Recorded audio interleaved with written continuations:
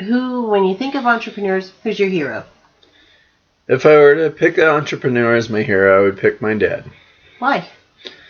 Because he was really a pioneer in the farming business, and he was one of the largest avocado and citrus growers within San Diego County. My dad's ranch was really unique.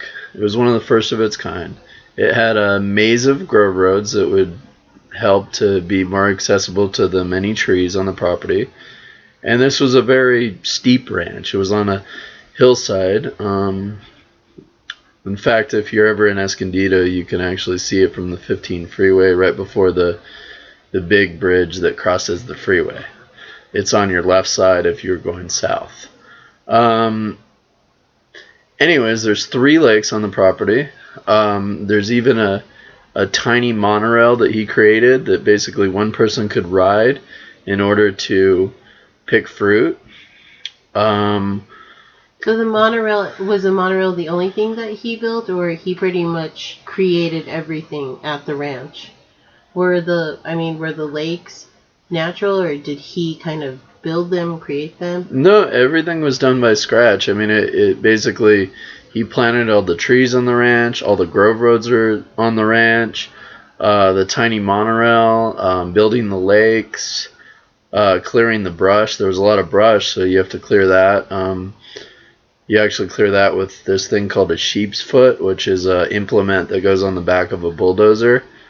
And all these things it really made him one of the first avocado and citrus growers to do this. Like, if you visit San Diego County, you'll notice that a lot of avocado trees are planted on hillsides, and he was one of the first people to do that. So before that, nobody planted trees on a hillside, avocado trees? I don't particularly know if, he was the very first, but he was certainly one of the people that took the risk and set it in motion. Okay. Does your dad still talk to anyone from his days at the big ranch, which I think you said was called Lancaster Mountain? Yeah, so it was called Lancaster Mountain. Actually, recently, obviously, when he first started the Lancaster Mountain, I was a little kid. And recently, he talked to a dozer driver that used to put in a lot of his grove roads. And he talked to him, and the guy asked my dad, he said, when are you going to build some more grove roads again? When are you going to, start a project like you did back in the day? And my dad responded and said, to be honest, we were really pioneers back there. And I don't think that it'll ever happen again. Today is different times, and you'd be lucky to even get the permit. And if you didn't have a permit, they'd probably fine you $150,000 and threaten you with jail time just for putting in a grove road. He basically implied that it would be impossible to do what he used to do. I'm sure it sounds like it. So what do you want to get out of this camp? What I want to get out of the entrepreneurial camp is to really learn everything I need to learn as far as starting a business in a healthy business environment, really being an entrepreneurial pioneer, but having the chance to do what I want to do, take risks, not have the fear of crazy regulations or somebody threatening me with arrest or anything. I want to do what I would like to do. I want to take the risks. I want to just make it happen and do whatever I need to do to be successful, but not have to worry about silly things like $300,000 fines for cutting down a tree. What will you as a person, what qualities do you have that will help you learn and grow and also help the other people at the camp? As far as qualities, is that I'm a hard worker, I'm dedicated, I like working in teams, and I like to learn and I like to listen. And were you going to be willing to take the risks that your dad took? I've been willing to take the risks that my dad took, but to be honest, in the current business environment, I mean, what I was most familiar with was California. Now I'm in a different state, Colorado, which I feel is a lot more business friendly. But my dad said once that, even 20 years ago, he thought that the United States was slowly becoming the Soviet Union.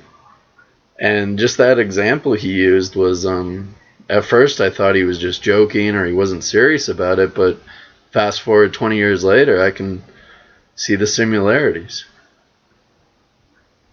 And what do you hope to take away from your experience at camp should you go? Well, I hope that it's going to make me a stronger person. I hope that it's going to give me the skills that I need to start the businesses that I want to, as well as just have the strength and the guidance to make it happen. And I know that I will do whatever is necessary to make it happen. And I'm just really hoping that I get that opportunity. So would you say that you think the entrepreneurial spirit is still strong? I think the entrepreneurial spirit is still strong.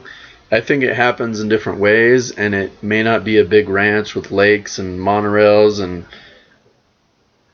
fruit trees everywhere, and maybe you could do that in Chile or somewhere else because it's more of an emerging country and you're the pioneer as opposed to somebody that's already gone that path.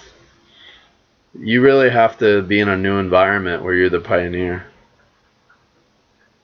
Do you think given the chance of circumstances would change, your dad would want to go back to being the pioneer leader that he was? No, I know for a fact. I mean, obviously, having a small business as opposed to a large business, there could be less headaches. But I know that there's certain things that he wants to do in his current business that, he talks about expansion, but he knows that, he's scared. He's scared, now there's so many regulations that you're almost penalized if you hire more than 50 people. And even that he doesn't want to deal with excess headaches. He would just want to run his business. And if that means hiring a lot of people, that's fine, but it has to come with less headaches, as well as a guarantee that that's going to lead to more productivity. And if a lot of your time is just spent dealing with compliance, it really doesn't make sense. Not only did he have a large farming operation, he managed to hire quite a bit of people and really excel at business. Okay, so it sounds like you admired your dad. Yeah, I really did. So when you, growing up, did you want to be like your dad? Yeah, growing up, I really looked up to him. I wanted to be like him, but a lot of things changed. Like, he started to tell me all these stories about regulations and hassles that he had to deal with, and it seemed that, like, every year things started to get worse. Eventually, I suppose he just hit his breaking point. He was just worn down by it all, and eventually he downsized his business. He couldn't deal with it anymore, and it's just now he still is an avocado and citrus grower, but very much smaller than he used to be. Well, can you give me an example of what kind of difficulty he faced with all these regulations that were coming up? Yes, one example that he gave me, I asked him what was the hardest regulation and the most difficult regulation that he had to deal with, and his response was, it's the lack of consistency. Basically, if he had to go to a state agency, if he had to go to the USDA, if he had to go to the city, the county, they don't communicate with each other. And there's no consistency within the regulations. And if they don't know an answer, they're just going to pass the buck and then tell you to go contact a different agency. So a lot of that was really frustrating for him. Well, what's your view on regulations? Are you against all regulations, or how do you feel? Well, I'm not against all regulations, but I do feel that, especially the inane or the silly regulations, just really any regulation that puts a barrier to entry into the marketplace. a lot of times they have the opposite intentions or effect that they wanted to achieve in the first place. And just one example is I was in Hollywood once and I saw this lady getting arrested. She was being arrested because she had a non-compliant food cart for selling danger dogs. Danger dogs are the type of hot dogs with the bacon wrapped hot dogs. And they arrested her. I asked the officer why, and he said, well, they're just unhealthy with the type of cart she has. And then he told me to leave or I was interfering and he was going to arrest me. So I looked it up and I found that a compliant cart is between $5,000 and $10,000. Now, I know that if you were going to take a risk and start a food business or start this food cart, that's a pretty hefty thing that pretty hefty fee you're going to have to pay, and you don't even know if anyone's going to even like your product.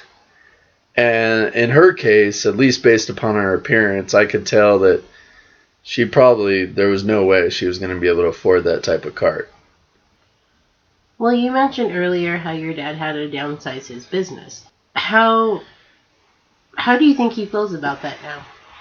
Well, I know that I've looked up to my dad, and between when he had a big operation to now he has a very small operation with I think he went from almost 100 employees to now he has practically zero.